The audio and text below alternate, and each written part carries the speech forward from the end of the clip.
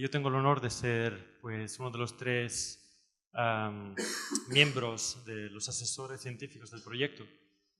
Y antes de empezar a introducir el proyecto más en detalle, o pues, nuestro invitado de honor que viene de Australia, pensé que la mejor manera para haceros entender y meter en contexto no solo el proyecto, sino también la charla de hoy, era leeros una cita, una frase y haceros una pregunta. Y la cita dice, una cosa es cierta, la tierra es hoy en día más cultivada y más explotada que nunca. Los humedales están secando y la urbanización conquistando terreno a un ritmo sin precedente. Los recursos ya se hacen escasos y pronto la naturaleza ya no podrá aguantar nuestra carga. Y ahora quería preguntaros, ¿cuántos, para entrar en contexto, pues perciben que se trata de una descripción que se aproxima a la realidad en que vivimos? ¿Podéis levantar las manos? Y puede haber gente que dice, no, absolutamente no. Bien. Pues la cosa interesante es que esa frase es una frase de hace 1800 años, que escribió Quinto Séptimo Tertullianus en el 2000. Y vivía en un mundo en que había 200 millones de personas, 200 millones, y ahora somos 7.000 millones. Y tenemos la misma percepción de que vivimos en un planeta en que la urbanización ya está conquistando todos los recursos y la tierra disponible. ¿Y qué significa eso? Que casi todo el mundo levanta la mano y dice, sí, yo también me siento en esas circunstancias de hace 1800 años. Pues para mí significa 2 cosas. Describe muy claramente la evolución. Y en la evolución, a través de esa lectura y vuestra percepción, tenemos siempre una tensión entre pues, un escenario de miedo, de reto, de sentirnos retados por pues, el cambio climático ahora o la falta de recursos, etc. Y a la vez una oportunidad de transformación, de cambio. Y la historia nos enseña que pues, quien se adapta pues, sobrevive, quien no se adapta pues, a ciudades que han colapsado, etcétera, etcétera. Pero para haceros entender que esa tensión entre el agobio, el estrés, el reto que nos cae encima, pues forma parte de la naturaleza ya humana y de ese planeta. Eso no quita el reto y la importancia del reto que tenemos ahora versus 1800 años atrás, obviamente, ¿no?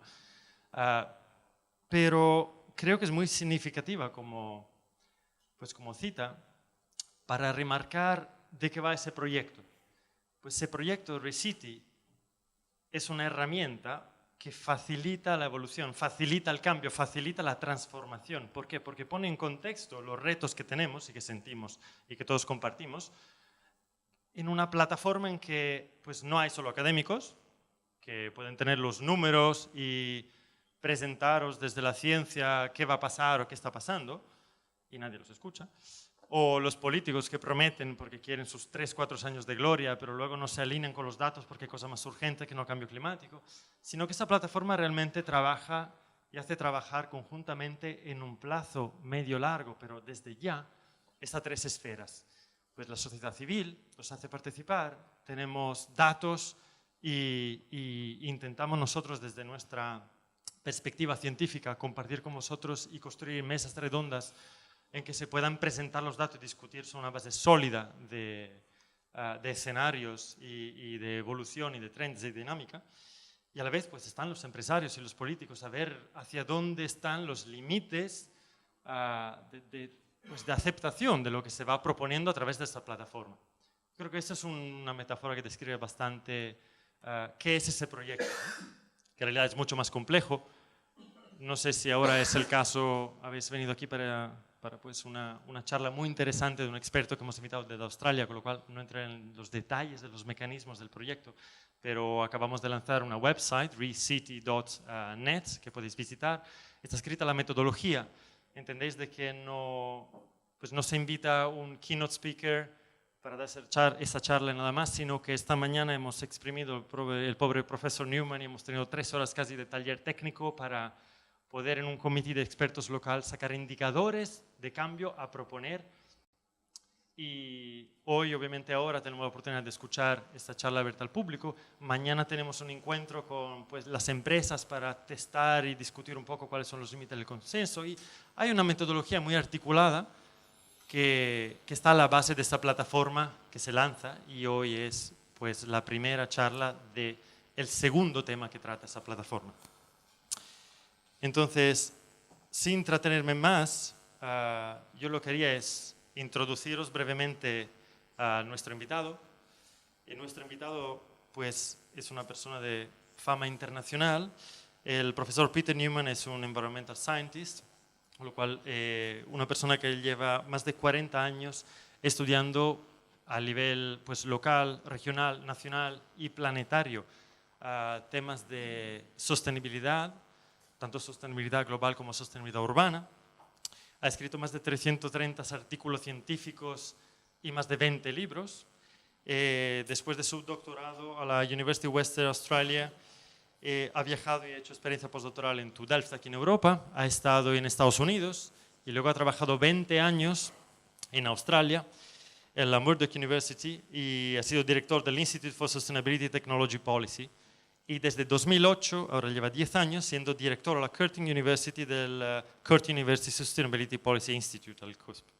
Y obviamente también nos presentará cosas muy interesantes relacionadas con el IPCC, porque es uno de los lead authors del capítulo de transporte de los reports de la IPCC. Y como sabéis, y Antonio ha introducido, hoy es un día muy especial, no solo por nuestro proyecto, sino que le hemos planificado con una logística Dutch, que hoy es el día pues, para la comunidad científica, pero también para todo el planeta, muy importante, en que hay el release, se lanza el report del IPCC, famoso para nosotros, no sé cuánto para la sociedad civil, pero el report especial que después del Agreement de París se encargó al IPCC para intentar explorar cuáles son los límites y las diferencias entre un objetivo de 2 grados centígrados a alcanzar como objetivo, con lo cual estar dentro del umbral de los 2 grados, o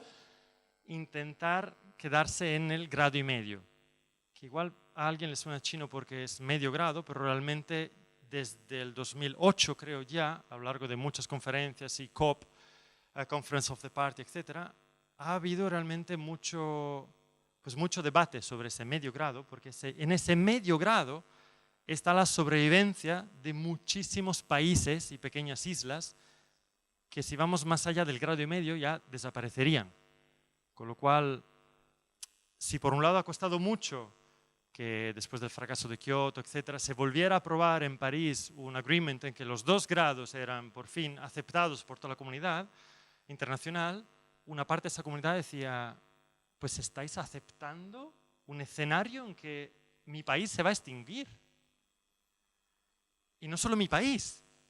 Llegaron a 2017 en que había 100 países que ya decían, tenemos que estar dentro del 1,5 grados. Con lo cual, hoy es un día muy importante, porque por cuanto difícil, y como os decía desde la cita, ¿no?, que hay este escenario muy catastrófico, muy de estrés, muy de miedo alrededor de los desastres posibles, pues si parece un reto muy grande estar dentro de los 2 grados, dentro del 1,5 grados, hoy con esa charla queremos explorar no solo esa perspectiva de miedo de los grandes impactos, sino dar el mensaje de esperanza, dar el mensaje del profesor Newman, nos explicará pues, cuáles son todas las soluciones, todas las innovaciones.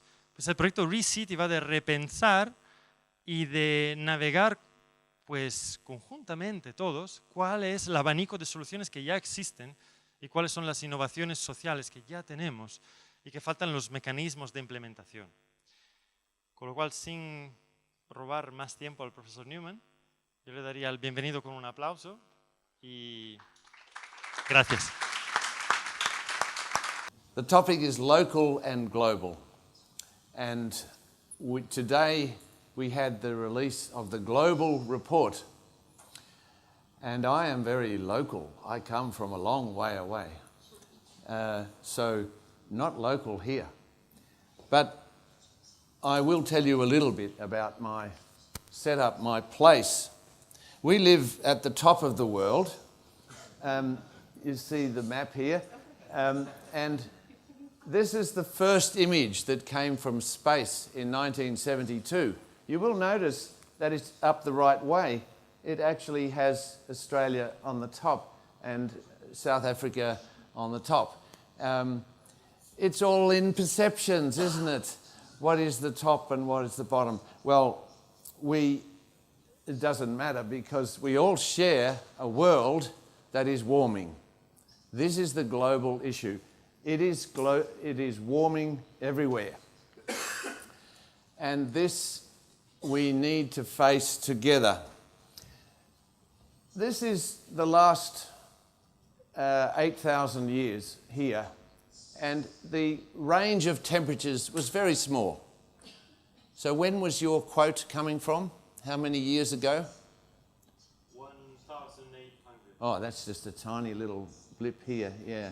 So back there, and if you go back 10,000 years, you're to the early phases of the indigenous people in Europe, even the Iber, but the Sami were certainly here and continuously here for 10,000 years. In Australia, we have had a 60,000-year-old culture, still there. So that's way back here. Now, they have experienced major climate change. It's in their stories. They actually talk about rising and falling sea levels. And they have adapted and survived. But we are not used to it. We are used to that, where we have just a 1 degree centigrade range, and we're heading into this. That's 2. And we must go beneath that. But we certainly can't do that. So we need to, as a globe, as a planet, not increase more than 2 degrees centigrade above the pre-industrial levels. It's already 1.1. So IPCC saying 1.5. Now, what a wonderful place that could plan to have a conference on the day that this was released. I'm sure they did. I'm sure they thought it up very cleverly. But I didn't even realise till I was here that this was the day. And I've been doing media all over the world and saying, I'm in Barcelona, as you do. It's very special to be in Barcelona for someone from Perth. So this is what's in the report. I can now tell you. This is the kind of trajectories that we've been having. You can see the increase in temperature.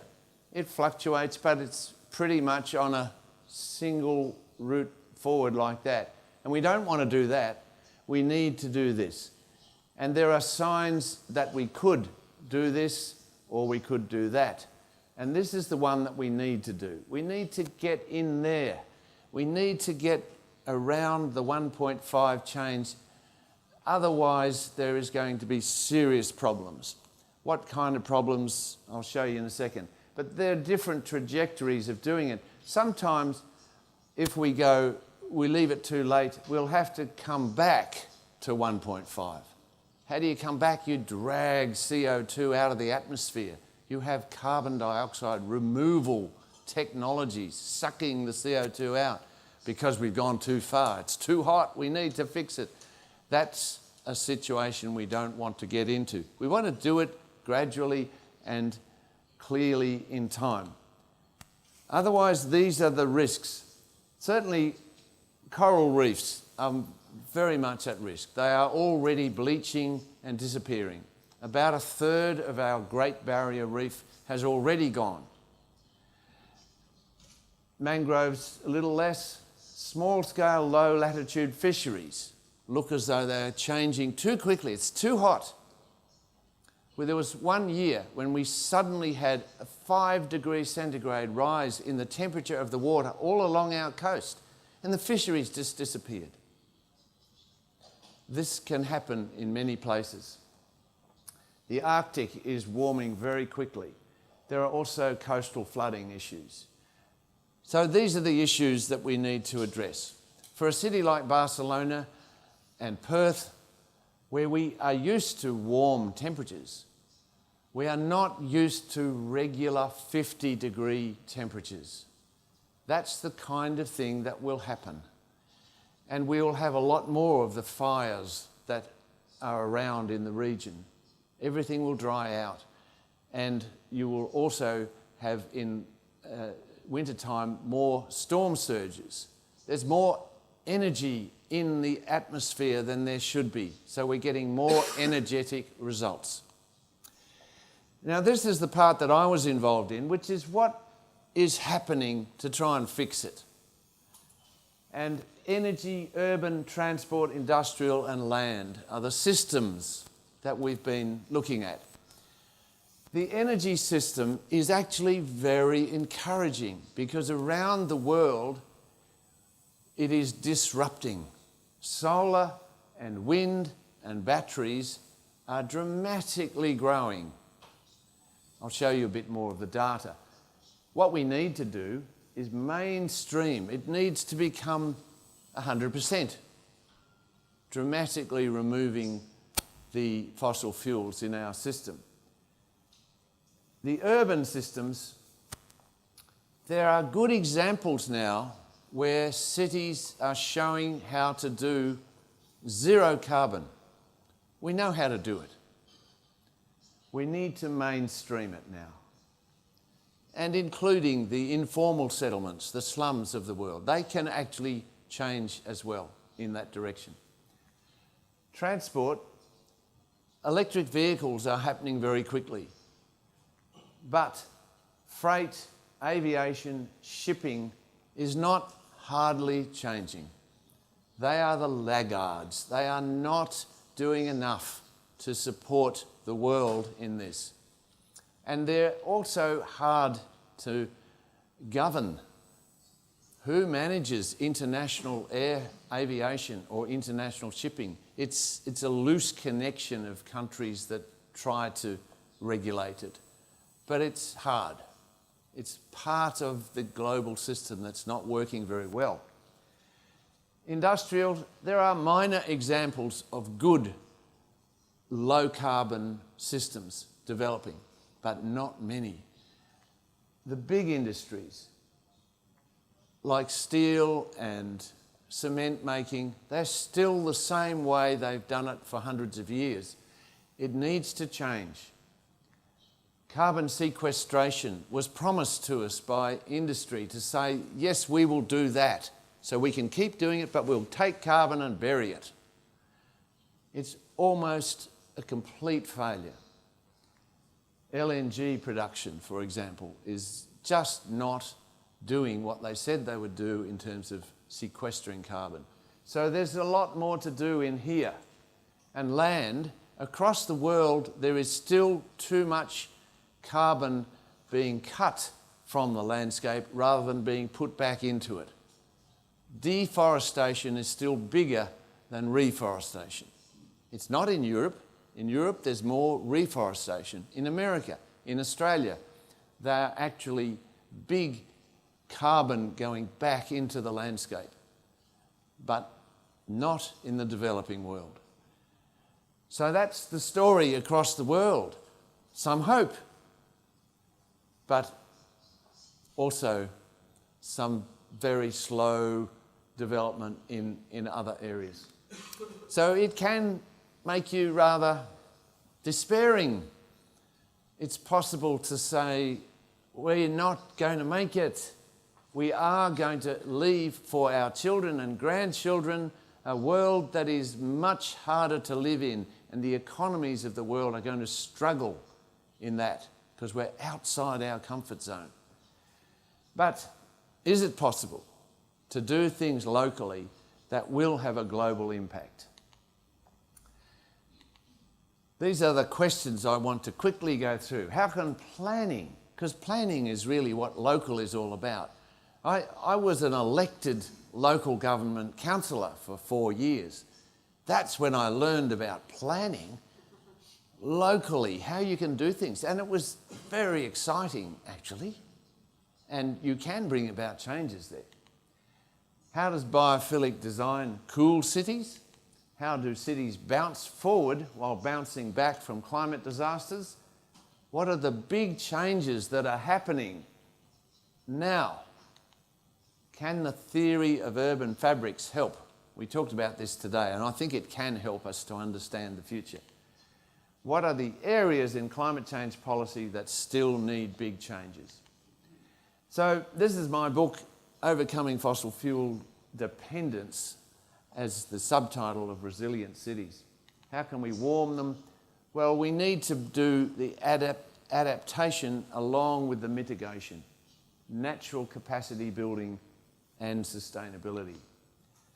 I've talked about this a lot. Exploitive cities, we've done these for a long time, especially in the industrial area.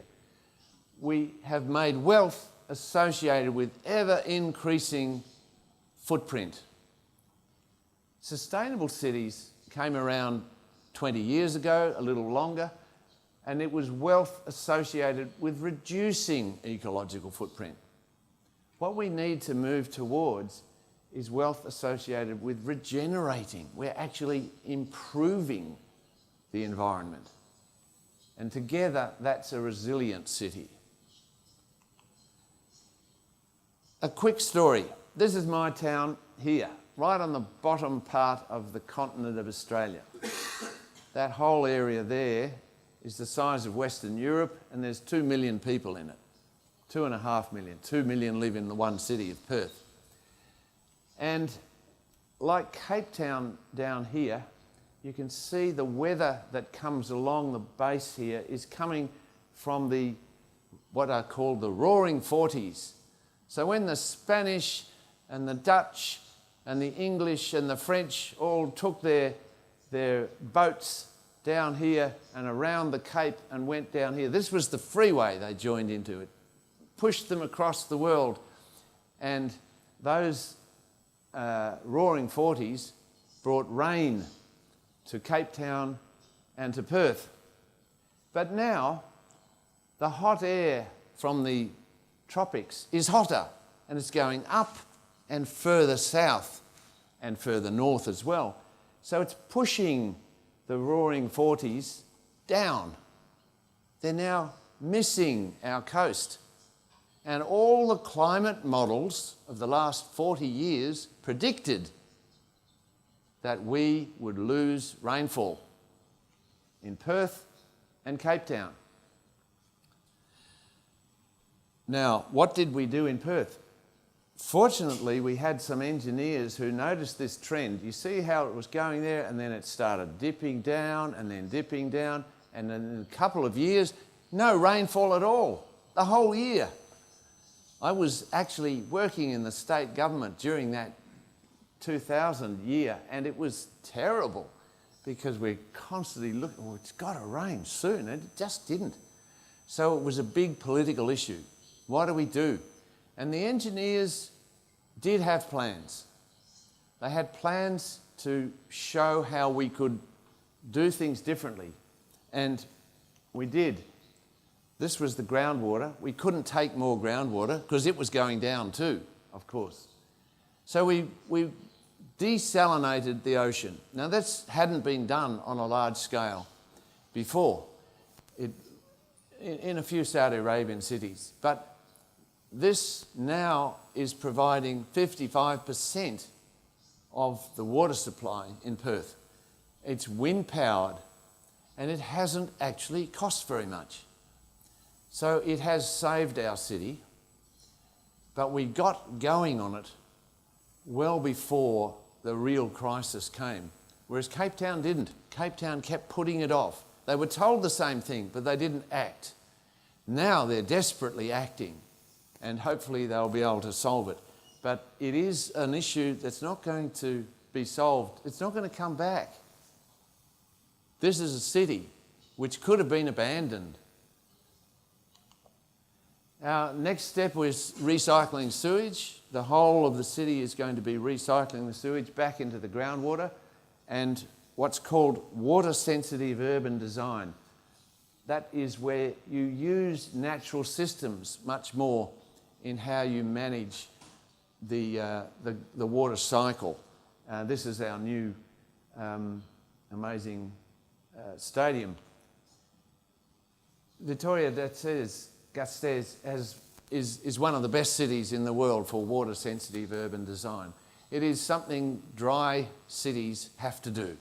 You have to use the water well, recycle it, manage it with natural systems.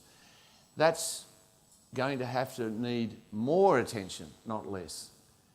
The technology of getting desalination is not enough. You need to do all these other things.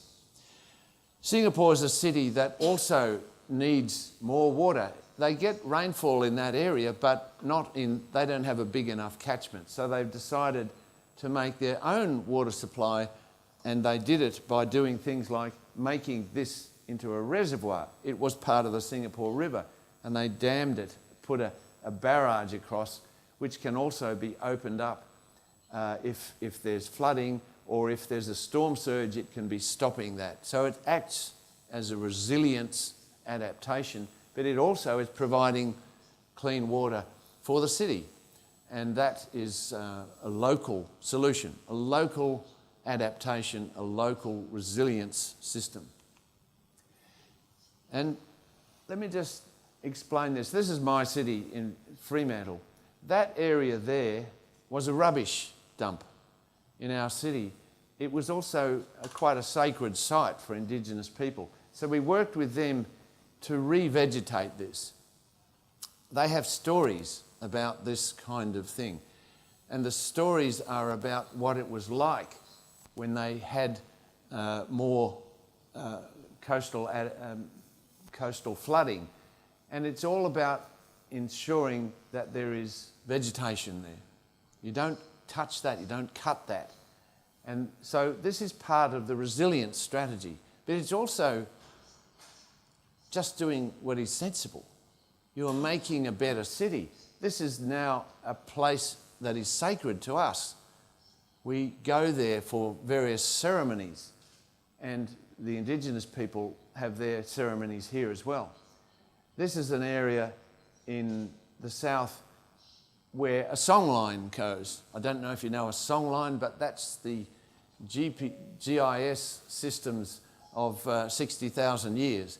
It's mapping, and it's in a song, and it tells you about the landscape, and you walk through it and it tells you that landscape, and it goes through here. So we are learning to restore those landscapes, and they become special sites. So there's multiple objectives that come out of it. So biophilic, what is biophilic about? Biophilic is something that was invented by E.O. Wilson. It means that we need nature in our daily lives. If you look around in this building and most buildings, nature is not here. We shut it out. There are now ways of bringing it inside the building and onto the buildings. So you can do things like this, where you actually have greenery on the roof, on the balconies, on the walls. We made a film called Singapore Biophilic City, and it's a 45-minute film, and it's had 200,000 hits on YouTube. It's very easy to find.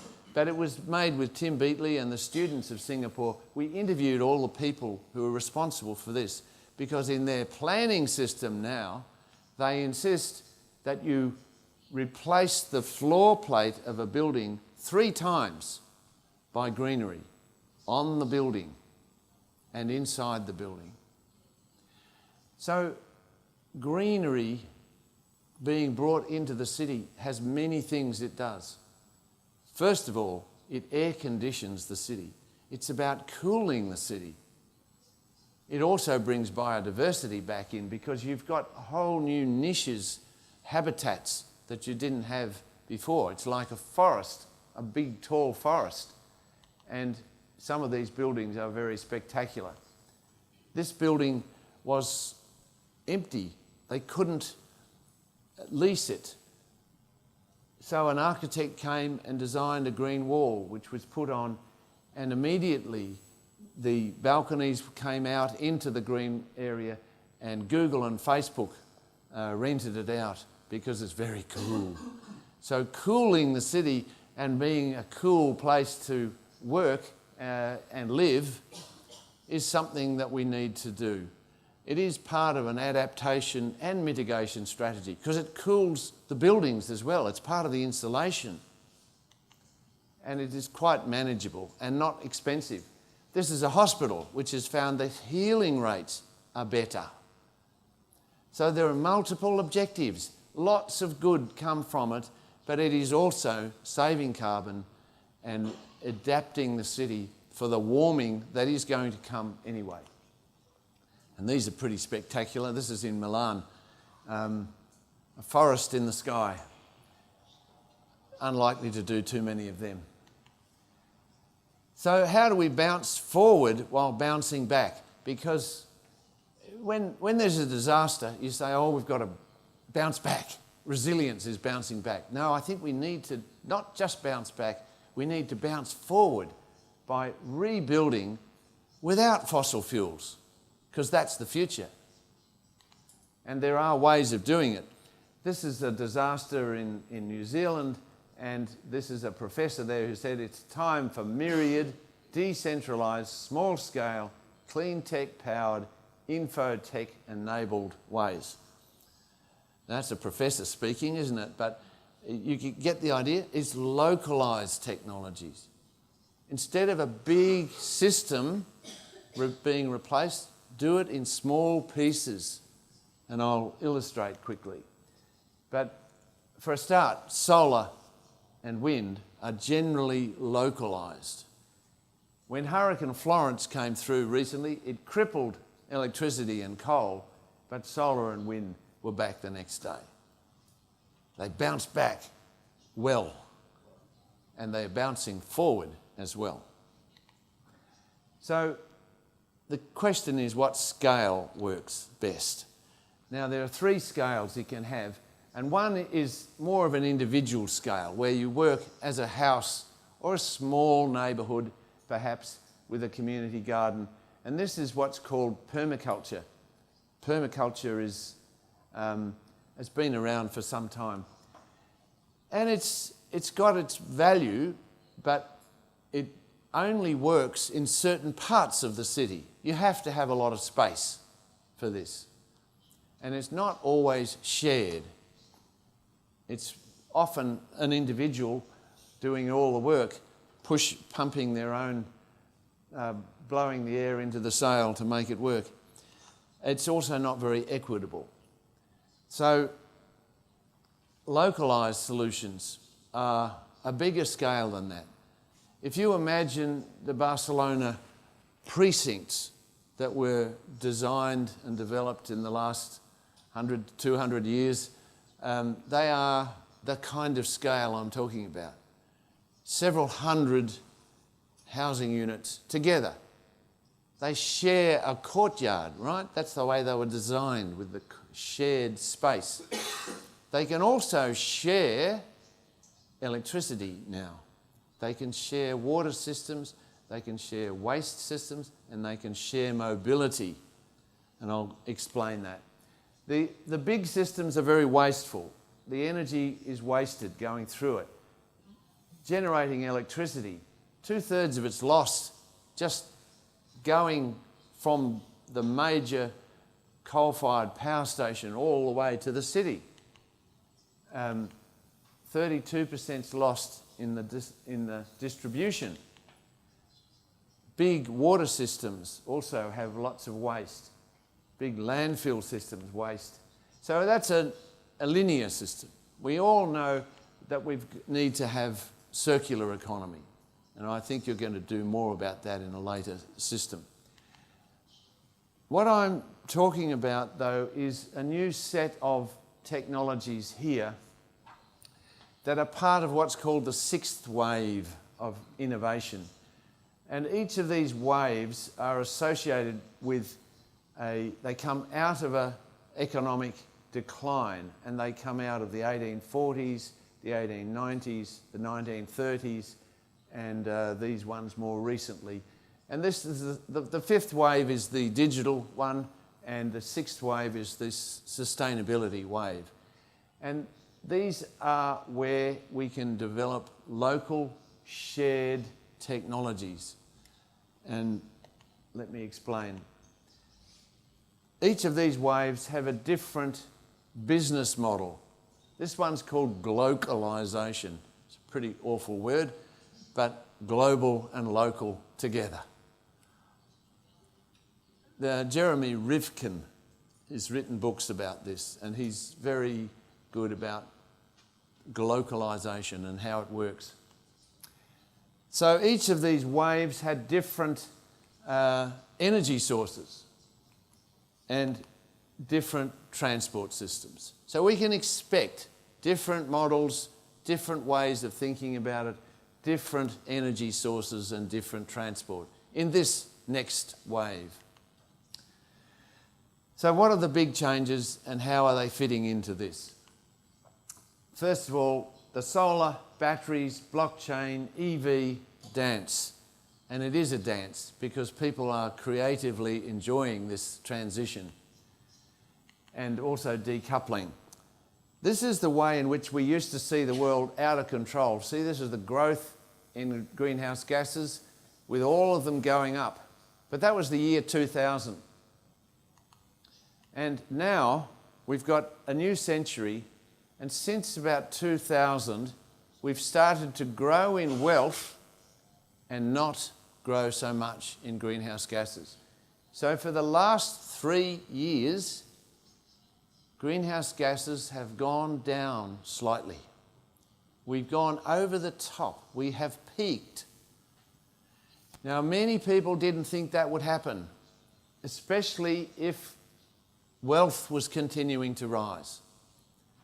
But GNI, gross national income, or GDP, which are pretty much the same, except you can measure this easier, is just measuring our human activity. Mostly it's measured around money, but it is about activity. And if that's going to go up because we are introducing green technologies and green ways of doing things, then it will decouple, because we are showing now how to grow in that, but not that. Now that's the transition beginning. The IPCC report today is really covering that period here, where we weren't sure that that was happening, but now we are. So decoupling is actually in the report.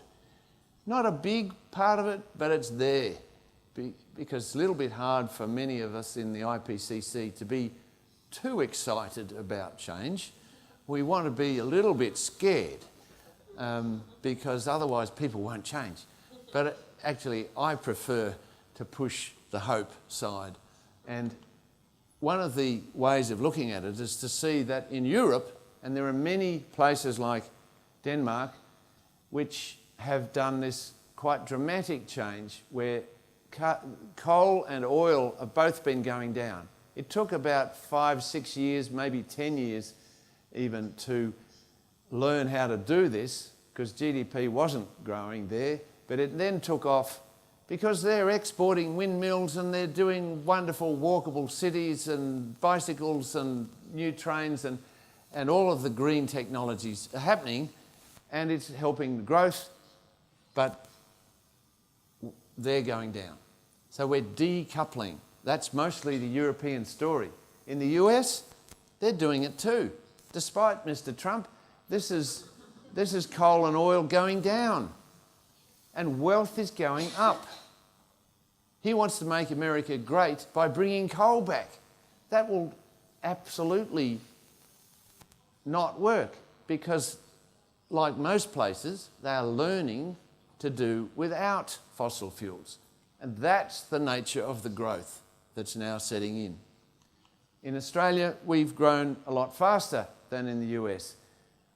And coal is also going down and oil is peaked. So we are also learning, a bit slower than in Europe.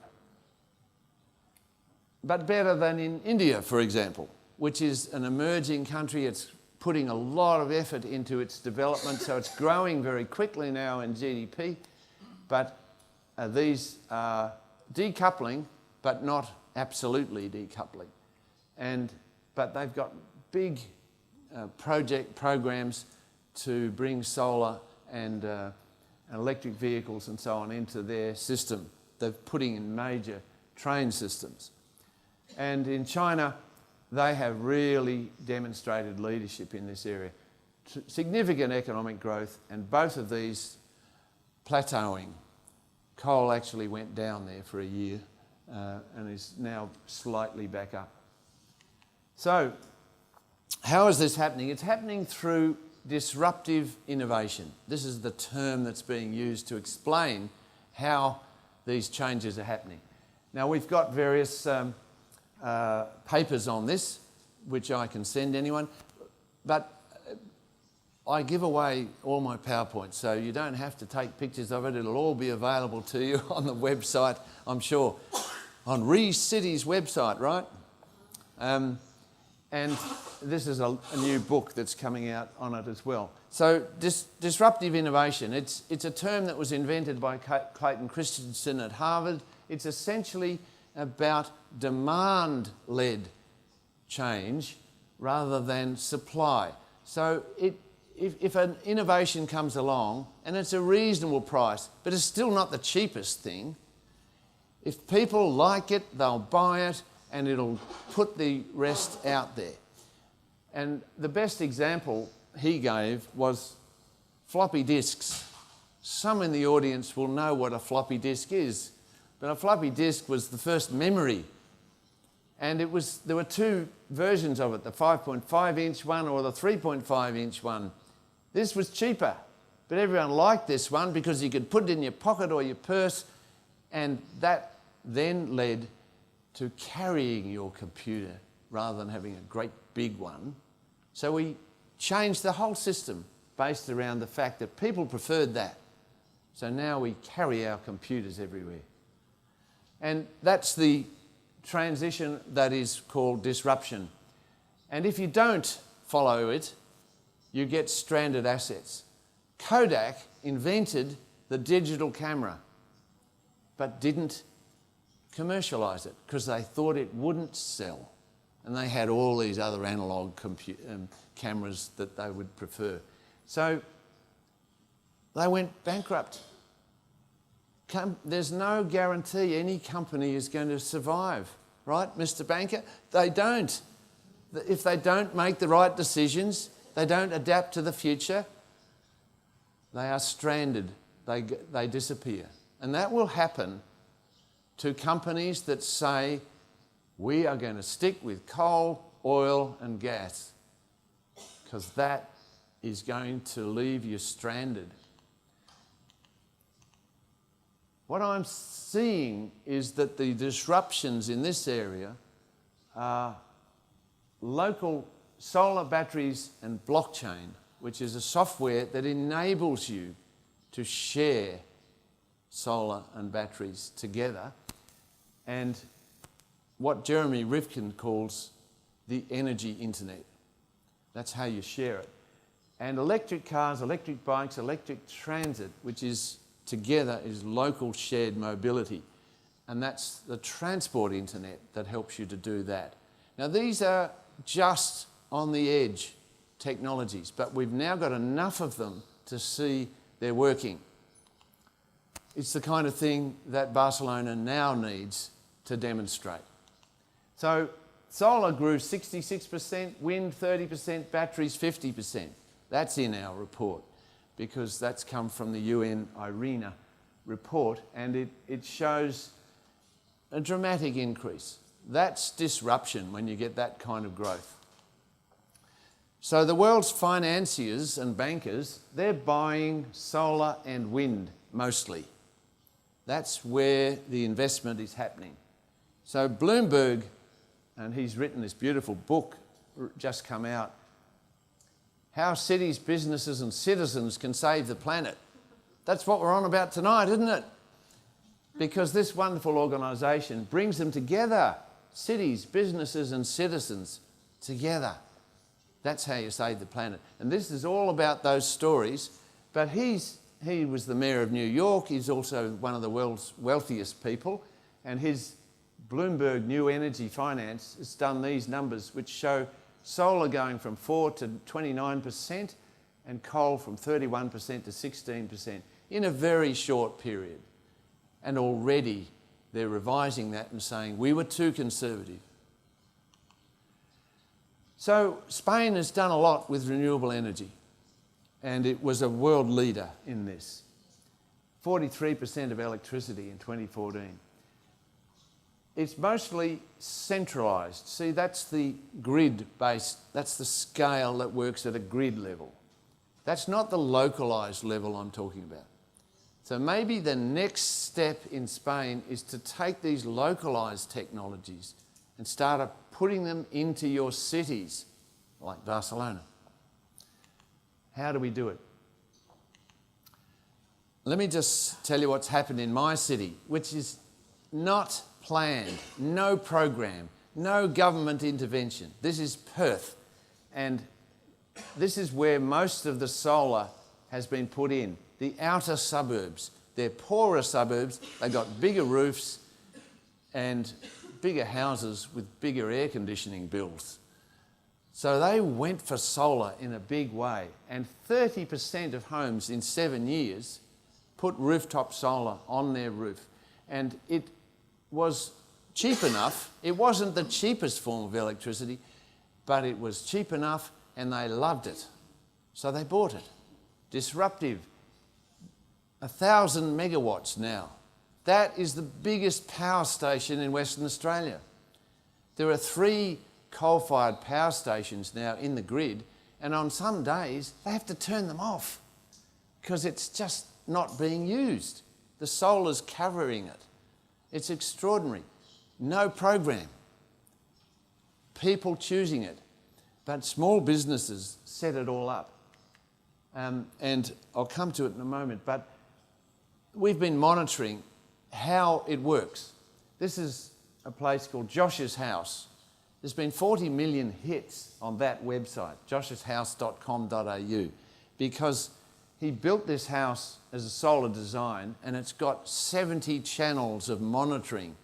And you can look at it any time to see how much energy and water and where it's being used and how it links in to the electric vehicle they've got. It's a full story about what an individual house can do. This is the battery system, and this is what the kind of results you get. See, this is what happens when you put in a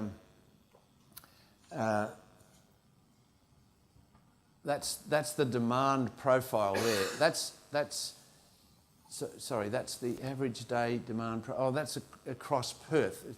That's the demand profile. So if you have a battery on a solar PV, it's filling up here, and then it drops down as you start to use it, and then it goes back out again. And it means that you cut off the times of the day when you need power and the sun's not out. So it eases you through that period. But there are times when there's not enough sun and you need the grid. And there's lots of times when you've got more than you need. So you need the grid to put it back in and make money from it. So we need the grid. You do not want to be self-sufficient in a city, because getting solar and batteries enough to make you independent is incredibly expensive, because it gets exponentially more expensive as you get closer to that last bit. And so you need to share. You need to share using a grid. But this place is carbon positive. It makes more renewable energy than it consumes. And it was not expensive. And this is now the electric vehicle that's attached to it as well. Now, what about a bigger development? This is called WGV, White Gum Valley. This is 100 units. It is also carbon positive. It makes more renewable energy than it consumes. All of these places have solar and batteries in the buildings. But it's shared because it's a shared roof. And many of us live in apartments where you have to share things, right? Well, this is sharing the power. And you're sharing the battery. How do you share that? You share it with blockchain. And you create what's called a citizen utility. It's also social housing in here. It is something really important to see. There's one little development there called SHAC, S-H-A-C, Sustainable Housing for Artists and Creatives. Because artists usually get pushed out of the city. Well, this was a place where they could live and have all these green technologies, and it works. And they have a shared electric vehicle as part of their development. So this is blockchain. It is the energy internet. It allows what's called peer-to-peer trading. And it's automatically done. It's programmed in, so you join that network and it enables you to have your power, when you have excess power, put into a grid and sold where it's needed, or to bring it back in at certain times. And that's managed through this software. The person who developed this set up a company called Power Ledger, and they're now getting work all around the world. So you get a good demonstration project, you will make money out of it, and you will certainly create a lot of employment. It's not going to damage the economy to go down that track. It's also got multiple other benefits. This was a place that was all fenced off because that's where the stormwater went. When it rains, it really rains in Perth. And you've got to have a place for the stormwater to go. And that's been made into a park. So all across the area, people love this new development. And it's certified with One Planet Living. It's a certification system that enables you to get lots of local benefits, as well as zero carbon here, which is one of the top goals. So local planning in these things, it enables innovation. Each of those projects were a risk. You have to take a risk. You need to be an entrepreneur, actually, in this era to create this new economy. Community engagement, it went from not in my backyard to please in my backyard. Now that's pretty important in planning and local things. Accreditation was needed. You needed a structure plan to put it in the system, and you had to show that it's sold. If it hadn't sold, it would have been a disaster.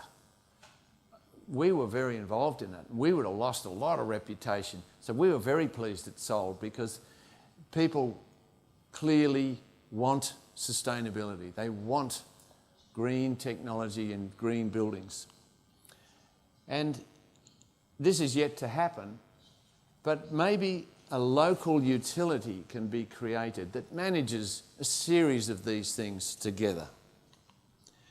So the next stages are interesting because we're going to go to 1,000 units and demonstrate that. And this one is jumping into the future. This is my house with our PVs on the roof. We don't have a battery. Batteries are actually a bit too expensive still for individuals. They're better shared. So the utility has decided to put in community batteries. So each precinct area has a community battery, and the substations have community batteries. And you link into that and you share your power, your renewable energy in that local area. So that local area is becoming zero carbon, but we didn't have to completely rebuild the place. It was actually refitting what's there. This is a 140-year-old house. So we've refitted and we've joined in to a green new future. The utility is now saying, that worked pretty easily. Why can't we spread that across the whole city? And they're now talking about doing it maybe 3 to 5 years. The whole city will be able to be zero carbon based on solar, batteries, electric vehicles fitting in there somewhere as well, and being able to share it. And they would manage that process, manage the flows of electrons in both directions. It's a new world, but it's not that different, is it? It's imaginable. We're close to that now. What about doing it in informal settlements like these? It's possible to put solar into them. But you can also just do green enclaves with poor places that never get it. This is in South Africa. This is in Addis Ababa, where we had a PhD working on these communities, and the communities are very keen to do it. They want to join in and have these new technologies because they don't want to go into big high-rise buildings because they lose their community structure. The community looks after and manages these new technologies. So it fits, and you can rapidly do it. Electric vehicles are growing 40% a year. And if that keeps going, then it's a very dramatic change. I was in Norway for the last week. Nearly 30% of vehicles are now electric. And it's so nice to not have all that nasty noise that you hear out in the street here and in my streets. I don't think we'll regret it when diesel and petrol engines are something in the past. Electric vehicles are better and they have very little fuel needs. So this is our prediction for the future, very rapid decline, and by 2026 you might find it very hard to buy a new gasoline or diesel powered vehicle. That's 8 years away. And that's a prediction based on the fact that many of the motor vehicle manufacturers are now making that transition. They're saying, yeah, we can do it now. We're ready. And it's possible to make it zero carbon. You can put these on car parks. There's lots of car parks around where you can do that. So this is an interesting graph. This is the way solar has gone, and this is the predictions, the projections from the World Energy Outlook by the International Energy Agency. That's the main planning agency for energy in the world. They didn't exactly get it right. Every time it grew, they'd say, oh, it'll flatten out, it'll flatten out, it'll flatten out, it'll flatten out. Oh, it's still going up. Because it's very hard to predict the future when you haven't seen it before. This is a disruptive innovation. It's taking over. So you have to actually have a different approach which begins to imagine what that future could be like and say, that's what it could be like. The mathematicians and economists got it wrong because they were projecting from a past. It's not going to be our future. So this is what I think is likely to be the future, that we will keep growing in wealth, that CO2 will go down, all the way down by 2050 to be significantly less than what we use now. Renewables keeps growing all through that period. Coal goes first, then oil, then gas. And these transitions will be fought all the way because the industries involved don't want to change, but they're being forced to. And the new emerging industries that are associated with this can rapidly see that they're going to be the ones causing that. So I believe there is a productive future possible. And I'm not finished yet, but I'm not far off. Can you give me a few more minutes? Because you guys took a long time at the start. You want me to finish? Okay. This is lithium. Very big growth. People worry about that because they say, we're going to run out of lithium like we're going to run out of oil and other battery minerals. Let me just show you.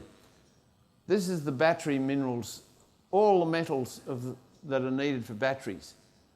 Which place has them most? Australia. In fact, Western Australia's got them all. So we have a big role to play down here, and we like it. We think this is going to be the California of the new energy market, and we are calling it Lithium Valley. Because we want to enable this transition to occur in the world. We're going to make money out of selling those minerals, but we're also going to process them more and develop the battery industry and the use of the batteries and the recycling of the batteries, which is very easy to do. That's what lithium looks like, by the way. It's very beautiful.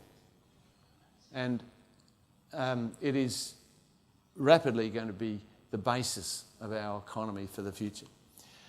So what is not disruptive innovation are autonomous vehicles that are just put into the system like this. This is autonomous vehicles here doing 100 kilometres an hour with 1 metre between them. That's what we're promised by the vehicle industry. A great platoon of vehicles just charging through our cities. Would you want to be a pedestrian right there with a 100 kilometre an hour troop of vehicles going past? How do you get across? It actually isn't very good for cities. Maybe down a freeway, you could imagine that, but not in the cities. So we have to make decisions about this new technology. It's not just, whoa, it's going to fix everything. That's the vehicle industry speaking there. So we need to get more of this. We need autonomous technology, which is now happening in transit systems.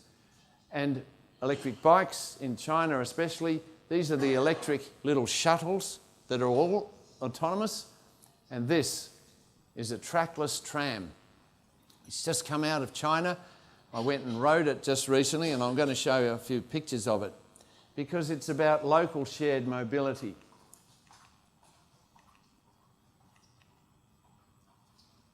And when I get to that, I have to tell you about theory of urban fabrics first.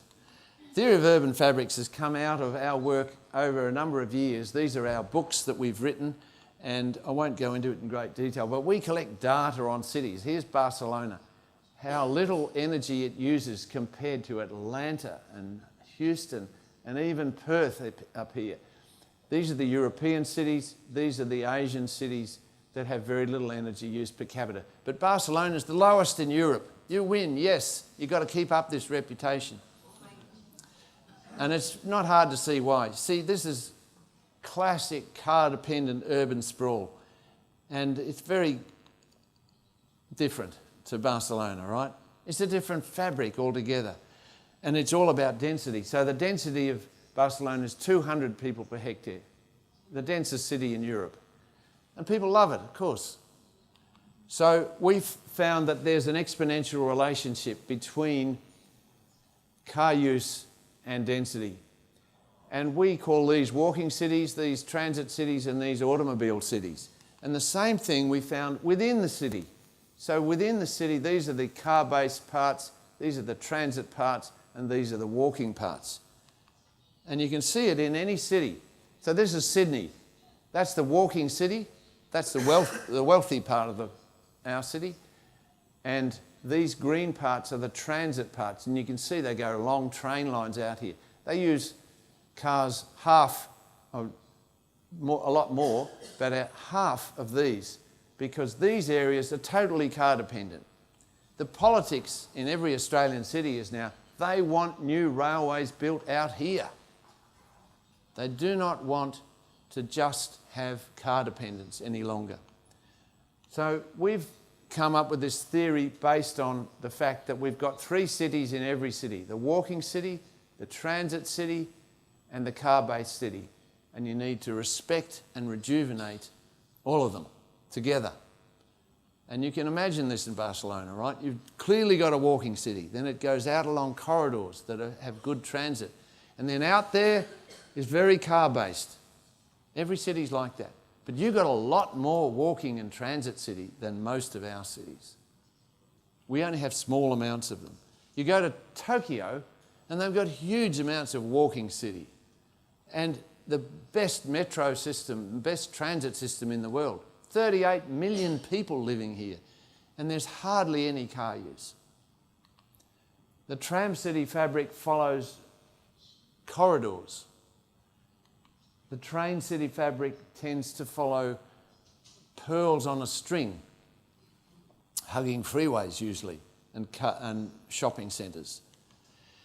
Now, what we're finding is, and in all our studies of cities, they want more like this.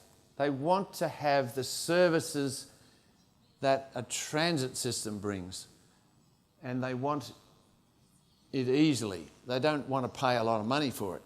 So the future city is about having these centres all through the suburbs. And it's got to be walkable, and I'll go through this quickly. So regenerating the walking city, this is not regenerating the walking city, this is a travesty at Curtin, Calcutta. Fancy putting a freeway through the middle of that beautiful walking city. Fortunately, they took it out. This is in Seoul. They put a freeway down a sacred river, destroying it, and then removed it, and made a 10-kilometre long beautiful green park called the Chongachang. And it's very famous now. Very cool, very biophilic. Restored the river. And most cities are trying to regenerate their walking city. That's in New York. Jan Gehl has done it in many cities, including Copenhagen. Most people want that. And there are good reasons for it economically. The top 6 most walkable cities in the US have 38% higher GDP. So it works. Rejuvenating the transit city is about bringing more transit in. They're doing it in American cities, right out into suburbs like Tyson's Corner in Washington, DC. So across the world, we are now seeing a global growth in rail, both in Chinese cities, Indian cities, the Middle Eastern cities even. And this is what I want to show you. This is the trackless tram. It costs 1/10 of a light rail. You can see the batteries on the roof. No catenary. Why is it trackless? Because it's actually taken some innovations from high-speed rail and put it in a bus. And that's a bus, but in fact it's got all the character of a light rail. It's fast and very stable, and you can ride it and see the difference. And let me take you to it. This is riding a trackless tram.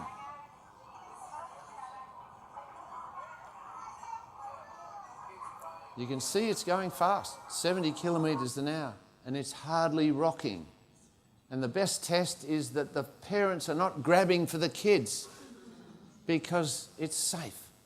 It's got all of that solid, it's got railway type bogies and hydraulics, and it's got beautiful precision guidance.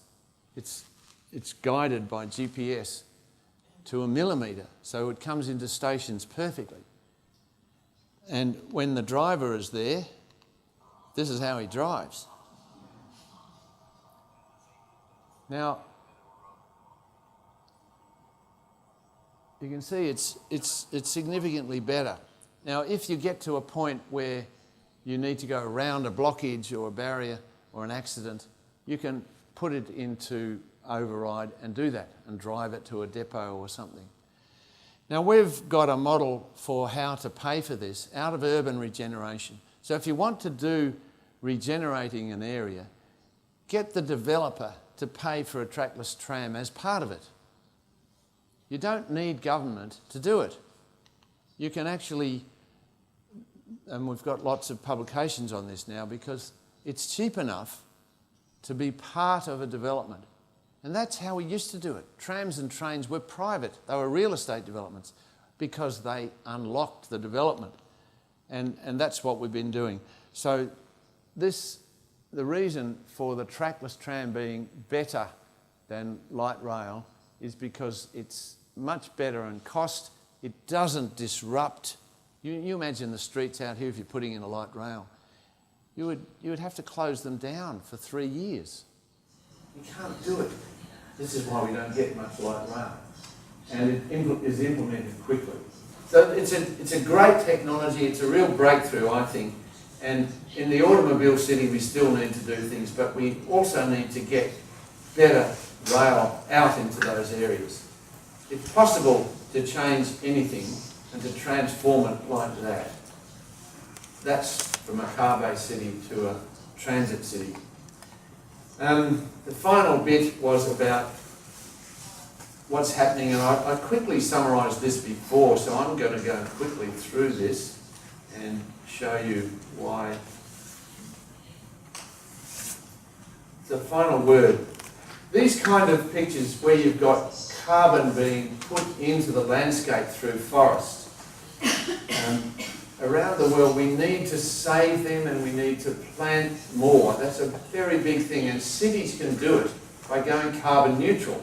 It is possible to have Barcelona carbon neutral, and part of the difference between how much you save or how much renewables you put in is because you are planting out in the bioregion. Paris is carbon neutral. It's doing that. Cities can do it.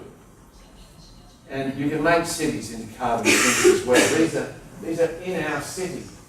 They are ways of putting carbon into them, using song lines as well. This is Paris as a carbon neutral action plan, and how they're doing it. They've taken a lead. Why not Barcelona as well? Oslo is another city that's doing quite a bit in this area.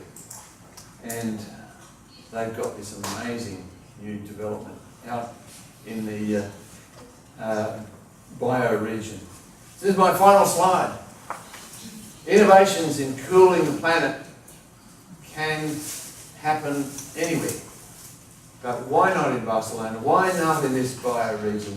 You can lead, and you can then tell your grandchildren, this is my new grandchild. They're very cute. But when you look at it and you say 2050, that's when they're still working. And that's when they're going to say to us, why didn't you guys get going sooner? Thanks very much.